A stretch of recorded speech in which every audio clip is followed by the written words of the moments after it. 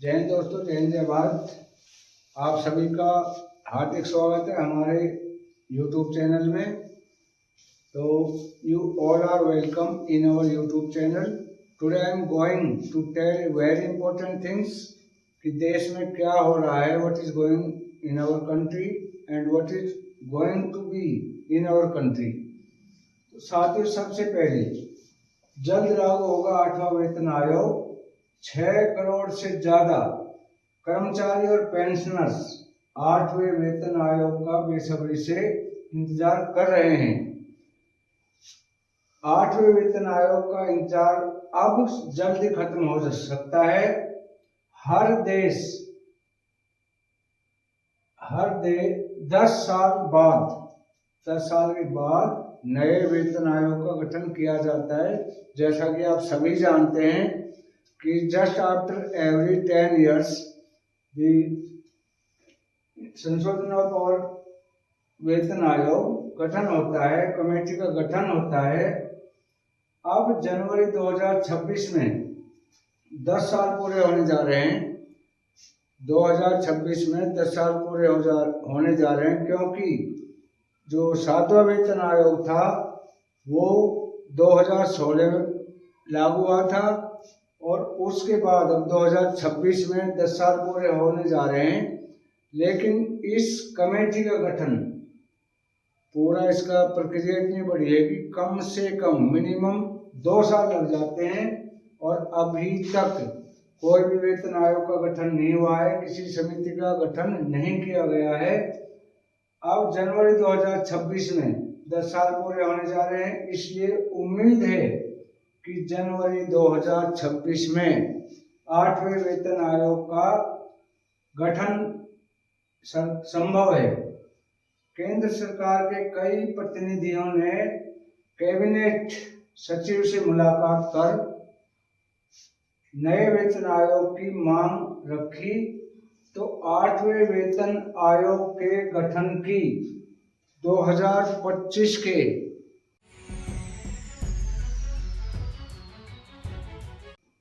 जो आम बजट है उसके अंदर घोषणा की जा सकती है, लेकिन ऐसा लग नहीं रहा है साथियों कि ये सरकार ऐसा कर सके।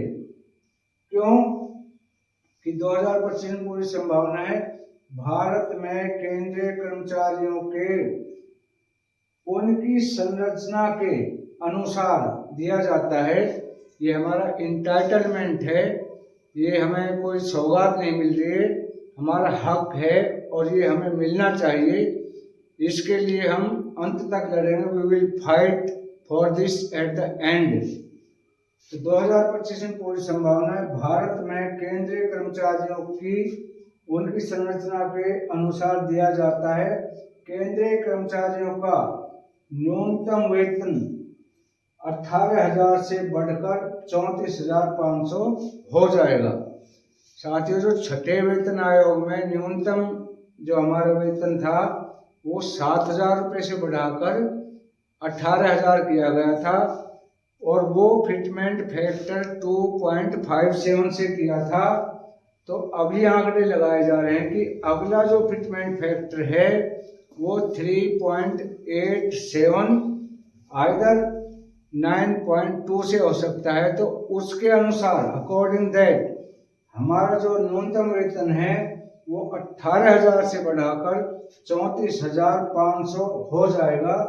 इसका मतलब न्यूनतम वेतन में 92% की वृद्धि, मतलब 92% की बढ़ोतरी हो सकती है। अगर आप 7वें वेतन आयोग का कैलकुलेशन देखेंगे तो न्यूनतम सैलरी 7,000 रुपये थी, इसमें फिटमेंट फैक्टर 2.57 लिया गया था और 2.57 से ये न्यूनतम वेतन हमारा जो सैलरी बढ़कर हो गई थी 18,000।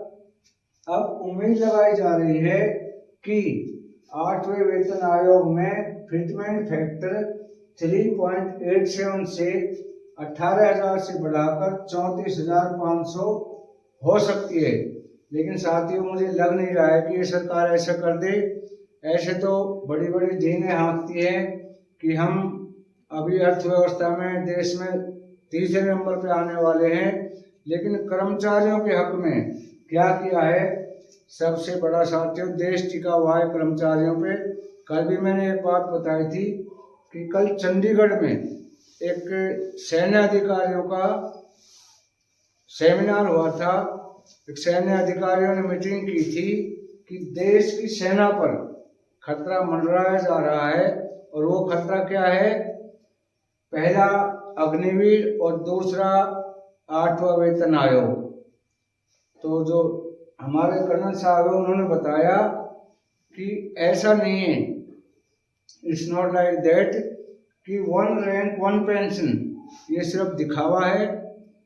क्यों? क्योंकि अग्निवीर का तो कोई रैंक ही नहीं है, और अग्निवीर का रैंक नहीं है तो अगले जो 5 साल में समीक्षा होगी वहां पर हमारी समीक्षा किस रैंक से मिलाई जाएगी, किस रैंक से तुलना होगी, किस रैंक के बराबर होगी। क्योंकि अग्निवीर तो 4 साल में ही आ जाएंगे और उनका कोई रैंक नहीं है।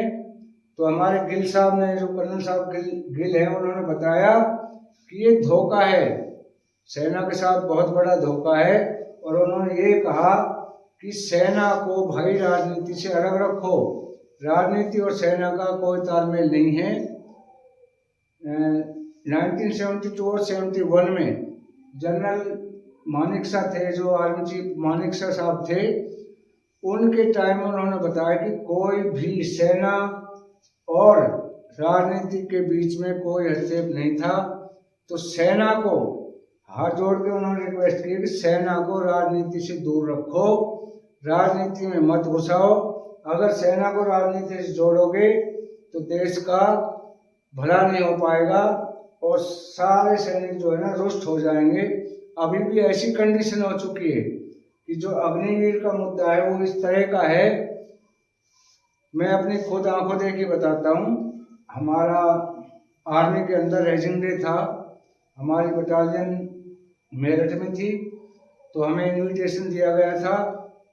जब हम मेरठ में पहुंचे तो वहाँ हमें देखा कि जो पुराने जेसीओज हैं, ऑफिसर साहिबान हैं और जवान हैं, वही बिल्कुल सेवा कर रहे थे, सर्वे कर रहे थे। लेकिन अग्निवीरों ने, जितने भी अग्निवीर है, सभी ने डिस्चार्ज लिख के अपनी पॉकेट में रखा हुआ था और इतना ड्रिंक कर रखी थी, डांस कर रहे थे।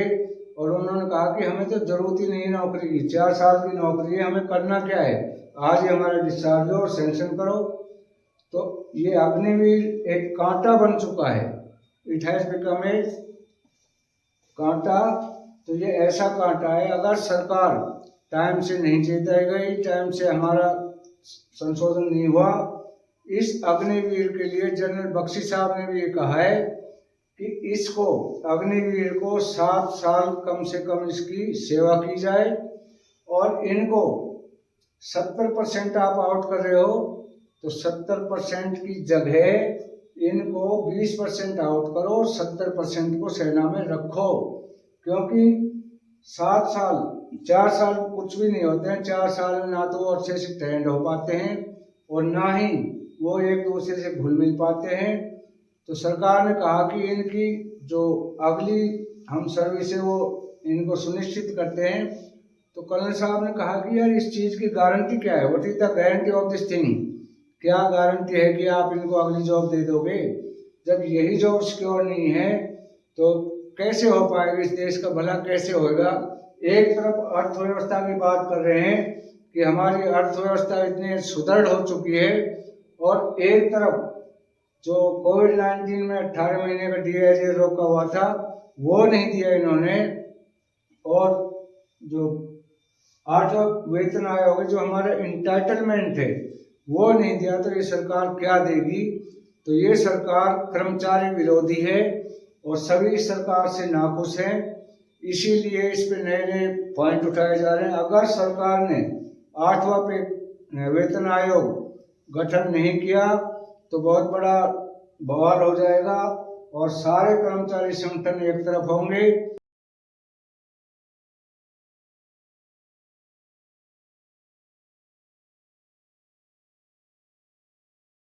और सरकार एक तरफ होगी।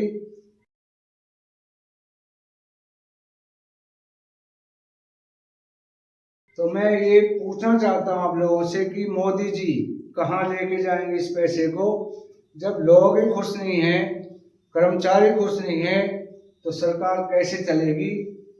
तो साथियों, हम आपका ज़्यादा टाइम नहीं लेंगे, तो वीडियो अच्छी लगी हो तो लाइक शेयर और सब्सक्राइब करें। Thank you for watching.